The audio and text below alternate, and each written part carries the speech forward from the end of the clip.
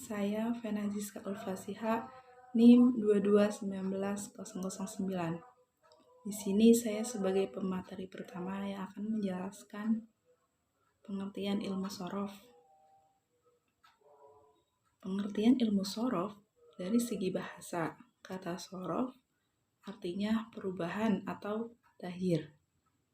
Menurut arti lughah atau bahasa, shorof atau tasrif yaitu berubah atau mengubah. Mengubah dari bentuk aslinya kepada bentuk lain.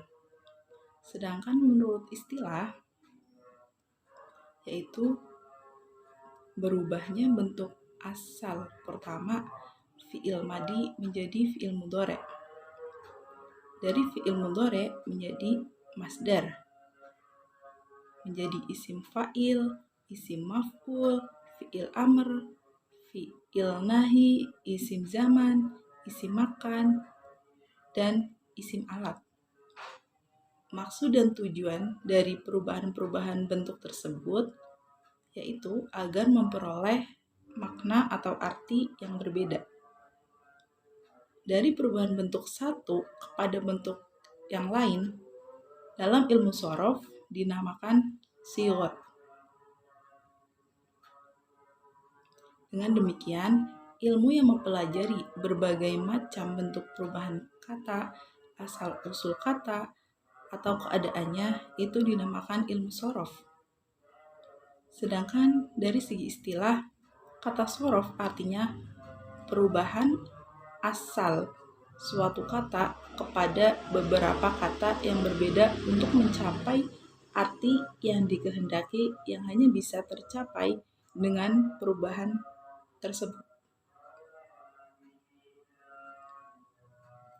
Dalam ilmu shorof itu sendiri yang dibahas ialah isim-isim yang mutamakin yang dapat berubah-ubah dan fi'il-fi'il yang mutasharif yang dapat ditasrif.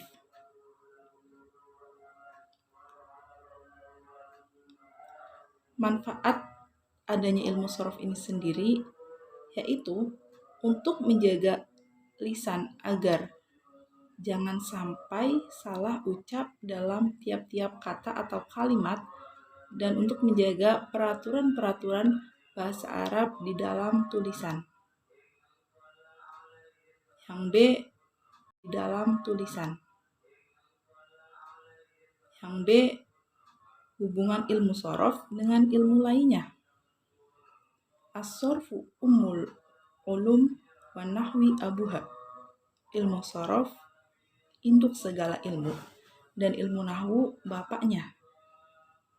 Ilmu shorof tersebut dinamakan induk segala ilmu itu sebab ilmu shorof itu melahirkan bentuk segala kalimat, sedangkan kalimat itu menunjukkan bermacam-macam ilmu. Kalau tidak ada kalimat atau lafaz, tentu akan tidak ada tulisan. Adapun ilmu nahwu itu sendiri disebut bapaknya sebab ilmu nahwu itu untuk membereskan setiap kalimat dalam susunannya, i'rabnya, bentuk, dan sebagainya. Ilmu shorof itu sendiri yaitu salah satu cabang dalam ilmu bahasa atau linguistik yang sering disebut dengan morfologi, dikarenakan termasuk dalam cabang linguistik. Maka ilmu shorof termasuk sebuah kajian yang sangat penting karena menyangkut struktur bahasa yang mempunyai filosofis. Sementara ilmu shorof itu sendiri adalah ilmu yang membahas perubahan struktur kata menurut kegunaan kata benda, kata kerja, kata perintah, kata ganti, dan lain sebagainya, yang berpijak pada satu kata yang berikutnya akan menjadi kata itu sendiri. Ilmu nahwu adalah tata bahasa atau gramatika bahasa. Sedangkan menurut istilah, yaitu tata bahasa Arab yang dengannya diketahui bentuk-bentuk bahasa Arab dan keadaannya ketika berdiri sendiri dan dalam susunan kalimat. Adapun qaid itu jamak dari qaidah yang berarti aturan. Selain itu juga ada yang mengartikan ilmu nahwu yaitu ilmu pada bahasa pokok yang termasuk isim, fiil, huruf, i'rab, dan lain-lain, yang bisa mengetahui keadaan akhir kalimat baik dari segi i'rab maupun mabni. Saya Hisnatul Hidayah dengan NIM 2220001. Di sini saya sebagai pemateri kedua akan menjelaskan ruang lingkup ilmu shorof dan tujuan belajar ilmu shorof. Ruang lingkup ilmu shorof ada dua, yaitu tasrif dan i'lal. Tasrif secara lughawi atau bahasa artinya mengubah, sedangkan secara istilah tasrif adalah mengubah bentuk fi'il madhi atau bentuk asal pertama kepada fi'il mudhari, masdar, isim fa'il, isim maf'ul, fi'il amr, fi'il nahi, isim makan, isim zaman, dan yang terakhir yaitu isim alat. Jadi tasrif adalah mengubah bentuk pertama kepada bentuk yang lainnya. Tasrif dibagi menjadi dua, yaitu tasrif istilahi dan tasrif lughawi. Tasrif istilahi yaitu perubahan bentuk secara berderet ke samping, yaitu yang membahas perubahan isim, fi'il, dan bentuk lainnya. Sedangkan tafsir lughawi yaitu perubahan yang bentuknya itu berderet ke bawah, yang membahas bentuk dhamir-dhamir yang masuk pada fi'il. Semua kata yang termasuk dalam ilmu shorof mengandung 3 komposisi, yaitu fa'-fi'il, ain-fi'il, dan lam-fi'il. Fa'-fi'il yaitu huruf pertama dari sebuah kata dasar yang berskala 3 huruf dalam satu kata dasar. Ain-fi'il yaitu huruf tengah, huruf yang berada di tengah-tengah dalam satu kata dasar. Dan yang ketiga, lam fi'il yaitu huruf yang letaknya di terakhir sebuah kata dasar. Contohnya yaitu kata dhahaba.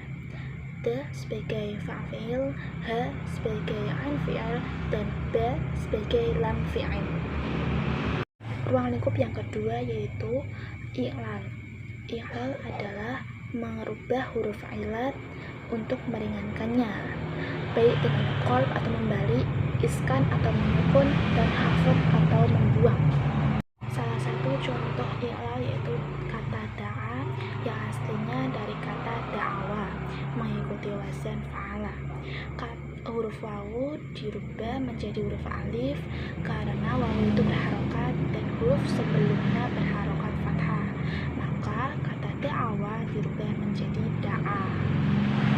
Poin selanjutnya yaitu tujuan mempelajari ilmu shorof. Yang pertama, untuk memahami kalam Arab. Ilmu nahwu berhak dipelajari terlebih dahulu karena kalam Arab tanpa ilmu nahwu tidak akan bisa dipahami. Yang kedua, untuk memahami kandungan Al-Quran dan hadis yang sekiranya sulit. Dengan kita mempelajari ilmu shorof, kita dapat berbicara bahasa Arab dan memahami kandungan Al-Quran dan hadis. Yang ketiga, untuk memudahkan membaca kitab kuning. Saya Aska Melatul Husna dengan nomor induk mahasiswa 222002. Di sini saya akan melanjutkan penjelasan dari Mbak Vena, yaitu poin E, yaitu metode pengajaran ilmu shorof. Adapun metode pengajaran ilmu shorof tidak lepas dari sistem tradisional. Adapun sistem tradisional adalah berangkat dari pola yang sederhana, yakni sorogan, bandungan, wotonan dalam mengaji kitab-kitab agama. Ada juga yang menggunakan musyawarah. Adapun yang pertama yaitu metode sorogan. Adapun pelaksanaannya dapat digambarkan sebagai berikut. Yang pertama, murid atau santri berkumpul di tempat pengajian sesuai dengan waktu yang ditentukan, dengan masing-masing membawa kitab yang akan dikaji. Yang kedua yaitu seorang murid atau santri yang mendapatkan giliran menghadap langsung secara tatap muka kepada guru atau ustadznya. Yang ketiga yaitu guru atau ustadz membacakan teks dalam kitab itu, baik sambil melihat maupun hafalan, dan kemudian memberikan artinya dengan menggunakan bahasa Melayu, Jawa maupun bahasa Indonesia. Yang keempat yaitu guru atau ustadz mendengarkan apa yang dibaca oleh muridnya sambil mengoreksi mana yang salah. Adapun metode ini termasuk metode pengajaran yang sangat bermakna karena murid atau santri akan merasakan hubungan yang khusus ketika berlangsung kegiatan pembacaan kitab oleh muridnya di hadapan gurunya.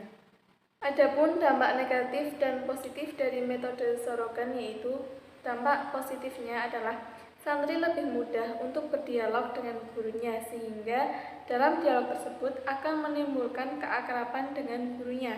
Yang kedua, guru dapat memantau kemampuan muridnya. Yang ketiga, guru dapat memberikan bimbingan penuh kewajiban sehingga dapat memberikan tekanan pengajaran kepada murid-murid tertentu. Adapun dampak negatifnya yaitu membutuhkan waktu yang lama yang berarti pemborosan.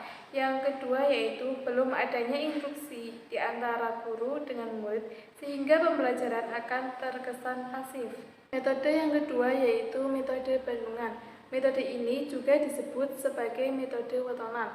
Adapun pengertiannya adalah metode untuk menyampaikan secara ceramah kepada para jamaah atau santri, di mana para santri itu duduk di sekitar ustadznya. Adapun dampak positif dan negatif dalam metode bandungan adalah guru membacakan dan menerangkan, kemudian murid memperhatikan kitabnya sendiri-sendiri dan membuat catatan maupun keterangan. Yang kedua, guru dapat membacakan kitab yang belum pernah dikaji oleh santri, sehingga santri akan tambah ilmu dan mengenal kitab yang baru. Yang ketiga yaitu murid dapat menerapkan atau mengaplikasikan kehidupan sehari-hari ataupun dalam bidang ilmu fikih.